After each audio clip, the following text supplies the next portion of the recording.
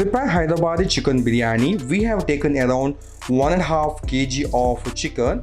So over here we have taken the mixed piece, I mean the leg piece as well as the breast pieces.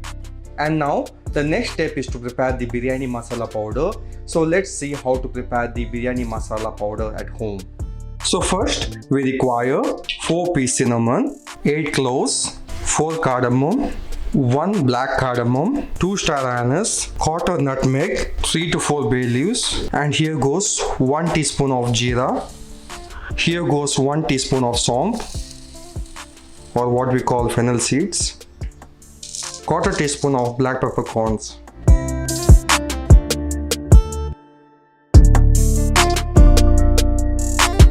And now we need to powder all of these ingredients, and this biryani masala powder is for 1.5 kg of chicken. Now add freshly prepared biryani masala powder into 1.5 kg of chicken, 2 teaspoon of chili powder.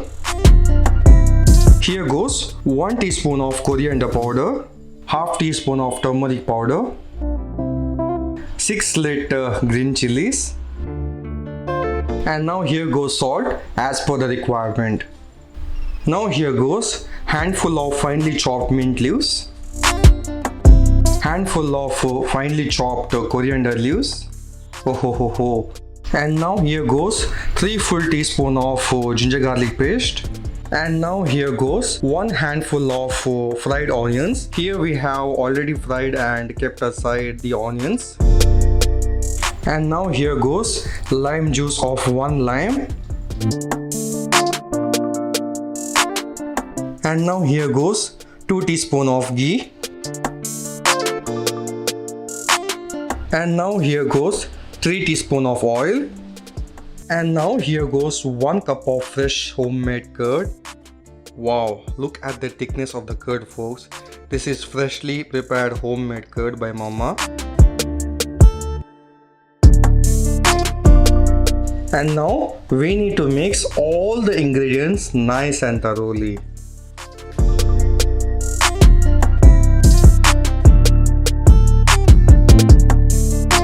So folks, this is the key step, or I can say this is the main step in preparing Hyderabad chicken biryani.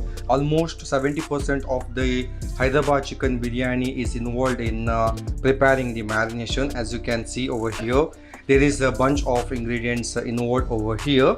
Once you're done mixing up nice and thoroughly, you need to marinate overnight, or else at least 4 to 5 hours you need to keep it aside, so that all the masala should properly get sucked inside the chicken, or else the biryani won't come out good.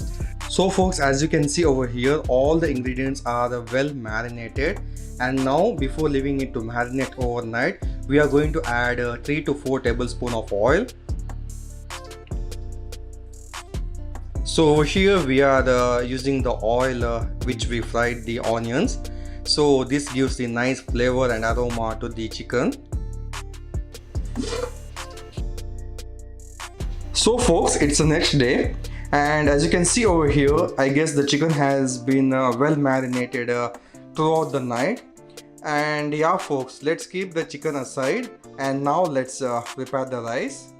So folks, to prepare the rice, here we have taken a cooking pot, and in this we have taken adequate amount of water for 1 kg of rice. And as you can see over here, the water has started bubbling up, and now to this goes salt as per the requirement.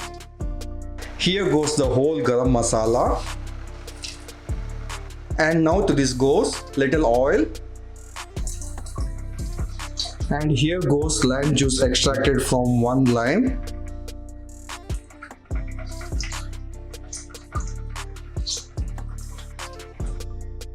And now folks, before the chicken goes into the cooking pot, let's give a quick shot of mix nice and thoroughly.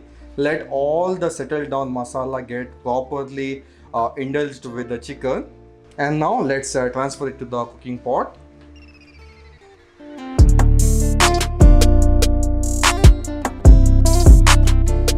Once you are done transferring the chicken into the cooking pot, shake the cooking pot like this as shown over here, so that all the chicken and the masala gets evenly distributed and properly settled in the cooking pot.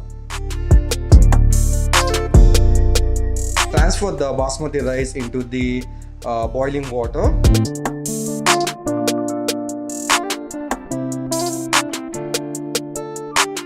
So folks, it's been around 3 minutes and the rice has started bubbling up. As you can see over here, the rice has started floating on the top, which means it's the right time to transfer the rice. So mama, can you scoop out some rice and transfer it to the chicken pot?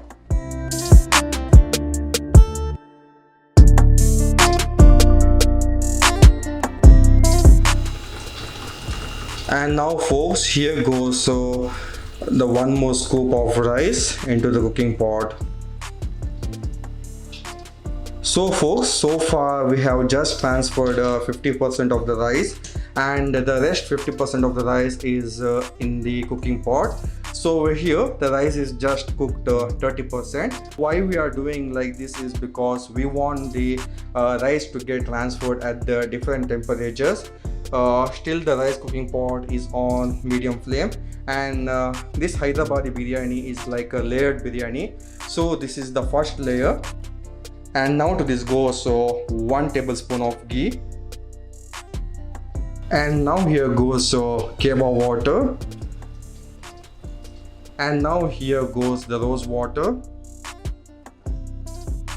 and now to this we are going to add the saffron water, and now to this goes handful of coriander leaves, and now to this add a little bit of fried onion. So folks, here we are done keeping the first layer, and now let's begin with the second layer of rice. And this layer of rice has cooked at the different temperature. So this is how you cook the Hyderabadi biryani.